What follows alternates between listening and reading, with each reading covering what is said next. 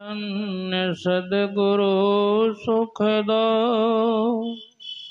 महिमा कही न जा। जो कुछ कहूँ तुम्हारे कृपा मोते कछु न बसा। परम पूज्य परमाराध्य श्री सद्गुरु महाराज के पावन श्री चरणों में साष्टांग सादर समर्पित है। मंचस्थ विराजित पूज्य पाद श्री के चरणों में कोटि से नमन। वंदनीय साधु समाज, सत्संग प्रेमी सदात्माओं, आदरणीय माताओं, भक्तिमती बहनों, आप सबों को मेरा हार्दिक नमन है और निवेदन है कि जिस उद्देश्य से ये सत्संग आयोजित है उस उद्देश्य की सत्पूर्ति हो, इसके लिए एक बार उच्च स्वर में सद्गुरु महाराज की जय घोष करें। बोलिए श्री सद्गुरु महाराज की जय। हम लोग जानते हैं कि हमारे आदरणीय मिथिलेश बाबू के सुपुत्री का पानी ग्रहण होने वाला है और उसी उपलक्ष्य में उसके मंगल जीवन के लिए यह सत्संग आयोजित किए। सत्संग सबको नहीं मिलता। सत्संग किनको मिलता है? संत पलटू साहब लिखते हैं, पूर्व जन्म के पुण्य प्रकट भई सत्संग के बीच में जाए पड़े। आनंद भय जब संत मिले, वही शुभ दिन वही शुभ घड़ी। दर्शन करत ताप मिटे, बिन कौड़ी दाम में जाए तरी। अब पलटू आवागमन छुटे, जब रज चरणन को शीश धरी। ये बड़े सौभाग्यशालिनी है जो इनके नाम पर ये सत्संग हो रहा। चूंकि जिनके पास पुण्य की पूंजी नहीं रहती है उनको सत्संग नहीं मिलता। और सबसे मंगल की बात क्या है? आनंद भय जब संत मिले। जीवन में संत मिल जाए, सत्संग मिल जाए, इससे बड़ा आनंद क्या होगा। और इसमें कुछ खर्च भी नहीं होता। पलटू साहब कहते बिन कौड़ी दाम में जाए तेरी। पहले की बात है, पहले कौड़ी से खरीद बिक्री लोग करते, दाम चलता था। धीरे धीरे धीरे धीरे परिवर्तन होते गया, आज रुपया चल रहा है। इसमें कुछ भी खर्च नहीं होता, लेकिन लाभ कितना होता है, कल्याण कैसा होता है। दर्शन करने मात्र से कहते हैं त्रैताप मिटे। संतों का दर्शन करने से त्रैतापों से मुक्ति मिलती। त्रैताप क्या है? दैहिक, दैविक, भौतिक ताप, इससे छुट्टी मिल जाती। संतों का इतना बड़ा प्रभाव है, इतना बड़ा महत्व है। परमाराध्य श्री सद्गुरु महाराज के भी श्रीवाणी में है, सतगुरु दरस देन हित आए भाग जगे हमरे। इनका भाग जग गया। आनंद मंगल पूरी रहे सब। एक को दुगो छूटने वाला नहीं है। गुरु महाराज कह रहे आनंद मंगल पूरी रहे सब, शुभ शुभ भासगरे। जिधर देखें तो शुभ ही शुभ। और लोग शुभ चाहते ही हैं। शुभ के लिए बहुत तरह का प्रयास भी करते हैं, लेकिन संत लोग बतलाते हैं, गुरबानी बतलाती है यही एक ऐसा काम है जो हर जगह शुभ ही शुभ आपको दिखे, शुभ ही शुभ मिलेगा। अशुभ के लिए यह कार्य आयोजित किया गया।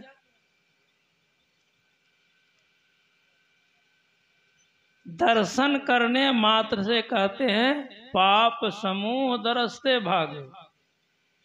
पाप से क्या होता है? पाप से दुख होता है, दुख का समूह खत्म हो जाएगा। दुख का समूह क्या है? सारे दुखों का जड़ क्या है? आवागमन का दुख। इसीलिए कहते हैं दर्शन करते ताप मिटे, फिर कौड़ी दाम में जाए दे, अब पलटू आवागमन मिटे। कब? जब रज चरणन को शीश धरे। आवागमन के चक्र से छुट्टी मिल जाएगा। और कोई काम है संसार में जिससे आप आवागमन के चक्र से छूट जाएंगे? बहुत पढ़े लिखे लोग हैं, बहुत सब शास्त्र को पढ़े होंगे, बहुत जगह सुनने को मिला होगा, लेकिन कहीं आपको ऐसा मिला बिना सत्संग से, बिना संतों की संगति से, बिना संतों की कृपा से आवागमन के चक्र से छुट्टी मिल गई? कहीं नहीं। भगवान श्री राम भी भैया भरत जी से कहते हैं कि संत संग अपवर्ग कर। संतों का संग अपवर्ग का मार्ग। जहां दुख नहीं होता, कष्ट नहीं होता है, भय मुक्त व जीव हो जाता है संतों की कृपा से। और संत मिले तो मैं मिल जाऊं, संत न मुझसे न्यारा। संत मिलेंगे तभी परमात्मा मिलेंगे, क्योंकि परमात्मा और संत में कुछ भी अंतर नहीं है।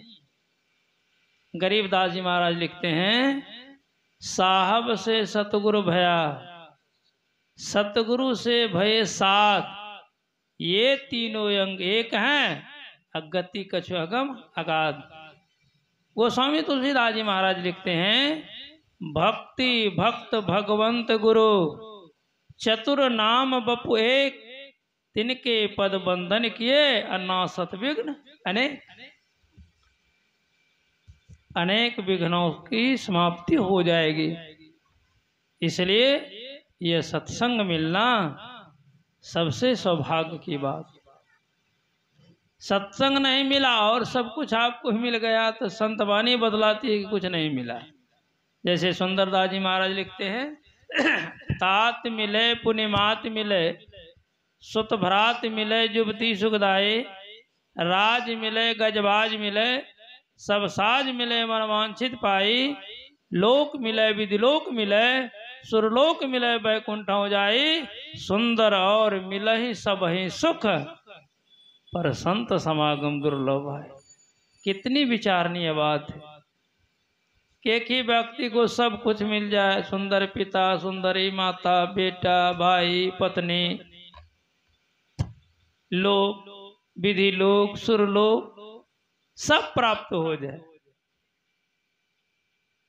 लेकिन सत्संग नहीं मिला तो कुछ नहीं मिला।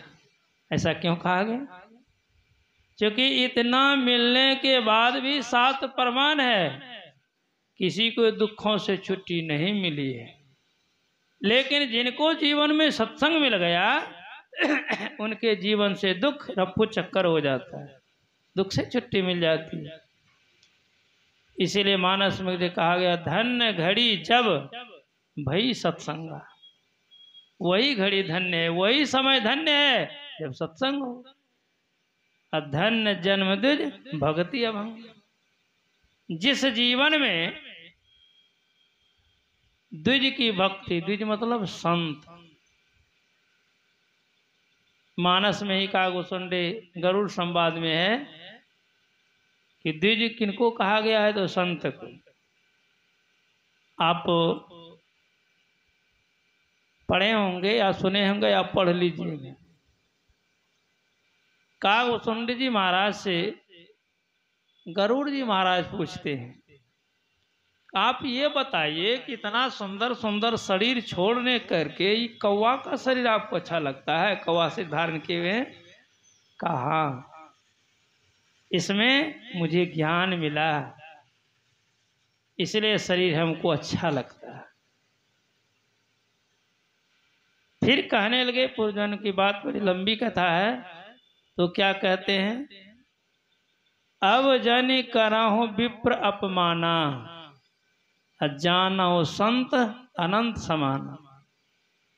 सुन मम वचन सत्य अब भाई, हरि तो सन व्रत द्विज सेविकाई। द्विज सेविकाई द्विज की चर्चा आई। ये वाणी किनकी है? भगवान शंकर की। कागभूषुंडी जी कह रहे हैं कि कहते हैं यदि मुझे प्रसन्न करना चाहते हो, या किसी भी देवी देवता को प्रसन्न करना चाहते हो, या परमात्मा को प्रसन्न करना चाहते हो, तो सबसे पहले उस व्रत को धारण करो। कौन सा व्रत? द्विज व्रत सेविकाई। आजकल तो लोग बहुत व्रत करते हैं, जितिया करते हैं, छठ करते हैं, अष्टमी करते हैं, पता नहीं कौन कौन व्रत करते हैं, लेकिन यहाँ किसी व्रत की चर्चा नहीं आई। द्विज व्रत सेविकाई मतलब संतों की चरणों की सेवा करो, ये सबसे उत्तम और अच्छा व्रत है। इस व्रत को जिसने किया उनके ऊपर सभी देवी देवता प्रसन्न होते। भगवान श्री राम ने अपने प्रजाओं को सदुपदेश के क्रम में कहा है, पुण्य एक जगमह नहीं दूजा, मन क्रम वचन विप्रपद पूजा, सानुकूल तही पर मुनि देवा, जो तजी कपट करे द्विज सेवा। देख लीजिए, यहाँ भी द्विज का संत ही लिया गया, जो मन से वचन से कर्म से कपट छोड़ करके संतों के चरणों की सेवा करते हैं, उस पर सभी देवी देवता। कितने देवी देवता हैं? नाम भी हम लोग नहीं जानते होंगे, 33 करोड़ इतना जानते हैं, क्योंकि गुरु महाराज के श्री वाणी में इसकी चर्चा आई है। सहित त्रिदेव कोटि 33 करोड़ देवी देवता सहित ब्रह्मा विष्णु महेश की चर्चा आई है। तो सभी देवी देवता उन पर प्रसन्न हो जाते हैं, खुश हो जाते हैं। और जिस पर सभी देवी देवता प्रसन्न हो जाएंगे उसको कोई कष्ट रहेगा, दुख रहेगा? इसीलिए यह ऐसा उत्तम काम किया गया है। इस सत्संग में सभी देवी देवता आते हैं, हजारों प्रमाण है धर्मशास्त्र में। इसी मधेपुरा जिला के एक कहानी है, शायद आप लोग सुने होंगे। एक बहुत बड़े अच्छे सदग्रस्त महात्मा हो गए, पूज्य रामेश्वर बाबा, जो अभी शरीर में नहीं है, खुदरा घाट परेल में रहते। उनके पिताजी भगत थे, देहरा उतरता था, और ये सत्संगी थे। संजोग क्या हुआ कि रविवार के दिन भी वो बैरागन लगाते, और रविवार के दिन मासिक सत्संग का संजोग हो गया। तो बगल में गहबर था, बगल में सत्संग, हम वहाँ गए हैं। यहाँ सत्संग और मासिक सत्संग था, और वहाँ बैरागन में पनियार लोग भक्ति गा रहा है, लेकिन भगत बिल्कुल शांत है, देवी देवता ये को गुआइए न रहा। सब लोग कुछ से कुछ कहने लगे कि देवता को बांध दिया, ये किया वो किया। तब तक में सत्संग का तो नियम है, 5 बजे आरती लगी, अब बाबा गए सत्संगी सबके जलपान के लिए। तो लोग घुनुर सुनुर कर रहे थे, तो बाबा कहते नहीं, देवता को कोई नहीं बांधा है, सब देवता सत्संग में बैठा हुआ था। अब सत्संग खत्म हो गया, अब गाइए मनोन, देखिए देवता आता है। सुरवे मनोन किया कि भगत उछलना शुरू कर दिया, उछलना शुरू कर दिया। उस दिन तो हो गया। उसके बाद उनके पूज्य रामेश्वर के पिताजी कहते, जब सब देवता सत्संगे में आता है, हम बैरागन काहे के लिए करेंगे? छोड़ करके वो भी सत्संगी बन गए। इसलिए यहाँ सभी देवी देवता आते, बहुत प्रमाण है, हजारों प्रमाण है, सबकी कृपा हो जाती है, जीवन मंगलमय हो जाता है। बातें बहुत है, पूज्य बाबा लोग मंचासीन है। मैं चाहता हूँ इन्हीं लोगों के श्रीमुख से हम लोग इस सत्संग की महिमा आदि की बातों को सुने। सबसे पहले हम लोग ब्रह्मचारी बाबा से सुनेंगे, फिर पजपाद बाबा सुनेंगे। बोलिए श्री सद्गुरु महाराज की जय।